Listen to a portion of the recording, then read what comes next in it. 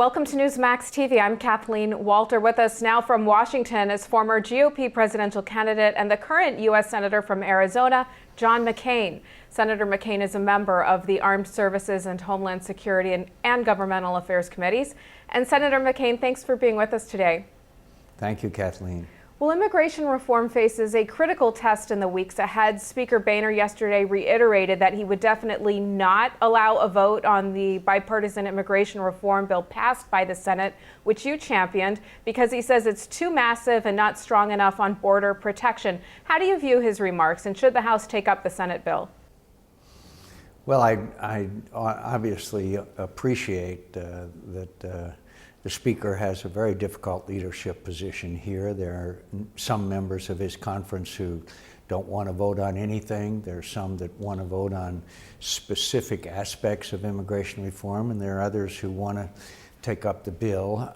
And so he is in a really serious leadership position on this issue. I appreciate the fact that he also said that he wanted a vote on immigration reform before the debt limit. He also Congressman Paul Ryan, our vice presidential candidate in 2012, is supporting the legislation. So what we're trying to do is galvanize our base of support, which is broad-based, broader than any coalition I've ever seen, and try to convince our colleagues to pass something and bring it to the House so we can bring it to the conference so that we can hopefully act on this issue. Overwhelmingly, the American people want us to act. Now, they're varying opinions as to how they want us to act, but they sure want us to act because almost every American knows that 11 million people living in the shadows is de facto amnesty and not what America is supposed to be all about.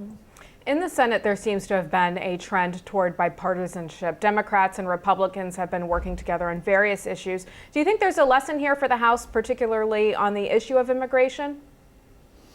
Well, I hope so. But, you know, the one thing that the House resents, and it's understandable, is the members of the Senate telling them what to do. And our message, certainly mine, is, look, we want to sit down, we want to negotiate. We're not trying to tell you what to do. We'd like to see a result. We think it's important for the country and the Republican Party. And for us to have some kind of, impart some kind of impression to the House that we're forcing them to do something is clearly counterproductive. What we need is our evangelical community, our business community, small and large, our high-tech community, and so many others that support this bill to discuss with them ways that we can get this issue done. Mm-hmm.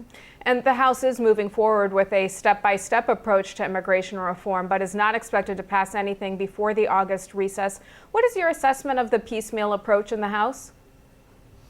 Well, obviously, I would rather see a comprehensive immigration bill, but if they want to pass it piece by piece, that's an option that I respect.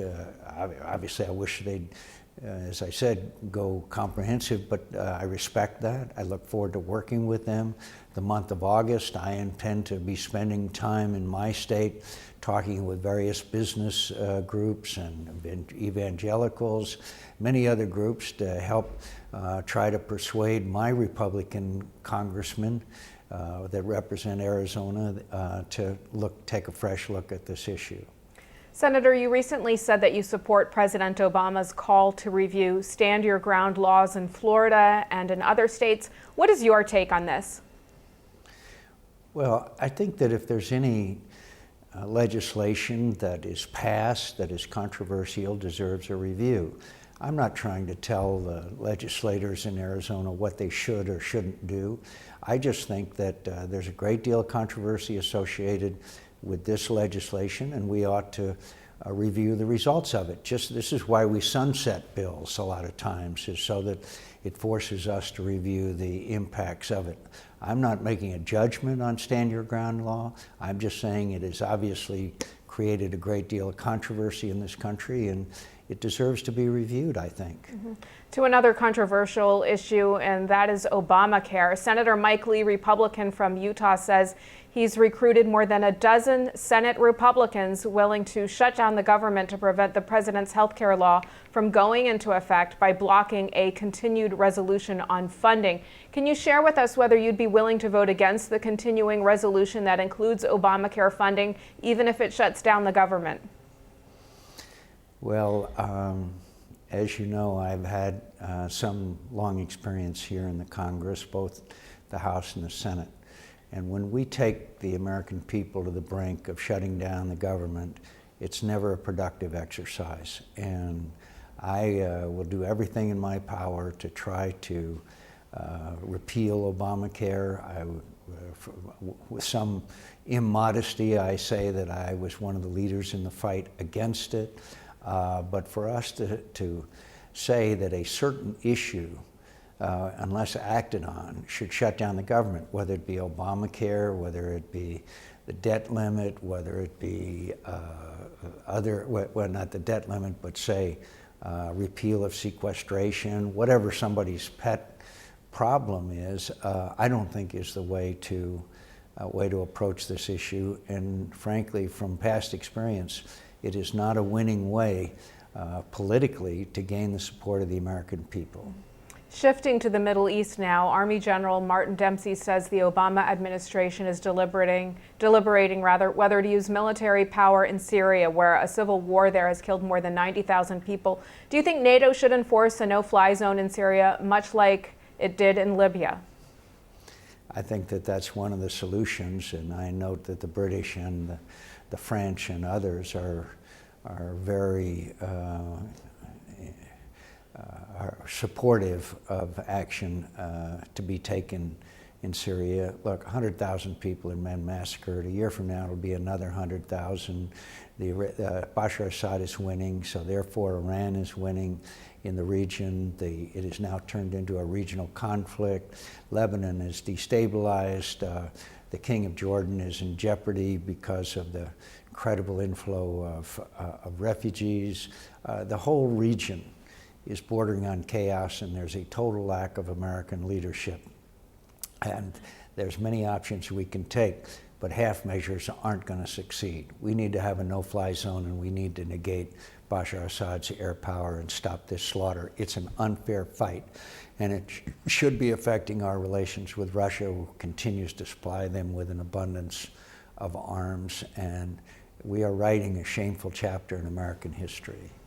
Secretary of State John Kerry has announced the resumption of preliminary peace talks between the Israelis and the Palestinians, given reports of a strained U.S.-Israel relationship. Can Israel expect the Obama administration to be a fair middleman, if you will? And do you see Israel agreeing to pre-1967 borders?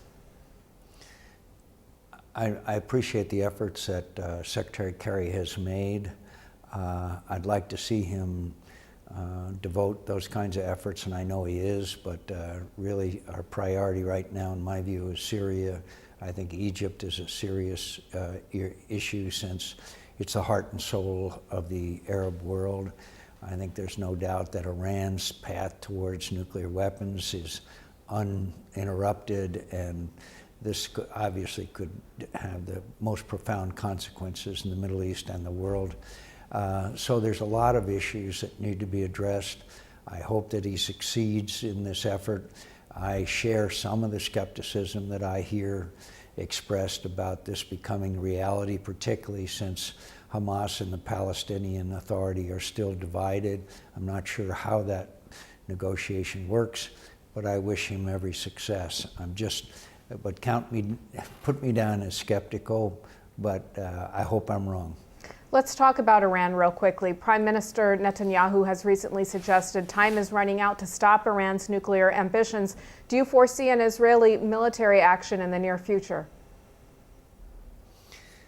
I see the Israelis becoming more and more frustrated as the issue of the Iranian progress towards nuclear weapons seems to have taken the back burner, been placed on the back burner by the Obama administration, remembering that the president said it would be unacceptable, unquote, for Iran to have nuclear weapons, and every indication is that they're well on that road. So the Prime Minister of Israel in the last few days has expressed his frustration about the lack of attention to this issue. I think that the Congress, thanks to efforts by Senator Lindsey Graham, should pass a resolution saying that the President is authorized to use military force if necessary to stop Iran from acquiring nuclear weapons, which is something that he has stated, and I think the Congress should weigh in on it. But frankly, I'm very, very worried as to whether the Iranians think that we are serious. Look at our lack of any meaningful action as far as Syria is concerned. Look at our relations with Russia. Look at across the board, there's a perception, particularly in the Middle East, but throughout the world, of American weakness and lack of leadership. That only has bad consequences. Senator, I'd also like to get your take on 2016. Congressman Peter King has indicated he may run for president, saying he is concerned about the GOP's drift toward isolationism. Do you agree with this worry, and would you back a Peter King presidential bid? You know, I'm a great fan and friend of Peter King. He's a colorful guy and I think did a great job as chairman of the Homeland Security Committee. And I understand his frustrations about some of the things that have, particularly that have happened over here in the Senate. I'm kind of let a thousand flowers bloom. I think there is a struggle in the Republican Party right now between internationalists and isolationists. That has been true since prior to World War I in our party, particularly after World War II, the Eisenhower wing and the Taft wing, the Reagan wing and the isolationist wing of the party, and that debate goes on. I want to continue that debate with respect for those who disagree, but I really think it is a debate that must happen, and it's the job of people like me to convince the Republican Party and the American people that we can't withdraw to Fortress America. And the greatest example of what happens when America fails to lead is what is happening in the Middle East today as it erupts into a regional conflict which cannot be anything but bad for United States national security interests. Last question, Senator McCain. Hillary Clinton is said to have a lock on the 2016 Democratic nomination. Do you agree with that assessment, and do you think the GOP could beat her if she were to get the Democratic nod? Obviously, it's very early, Kathleen, but I think we Republicans can bring forth a candidate that we can all support. I think there are going to be more running this time than even last time. I don't think there's going to be room on the stage for all of them in these debates. And I don't believe anyone has a lock on any nomination this early. There's no doubt that Hillary Clinton has a very large following within the Democratic Party. But I wouldn't discount my old friend Joe Biden, and I wouldn't discount others. If we look back at let's say 2005, there's no one in America that believed an obscure senator from Illinois were going to be the nominee and later the President of the United States. Most of all, me. And so I think it's too early to predict, although we love, junkies like you and me love to predict, but I would have to say that right now that Hillary has the front runner status. All right, Senator John McCain, thanks for being with us. As always, good to see you, and thanks for joining us on Newsmax TV. Thanks for having me on. And thank you for watching Newsmax TV.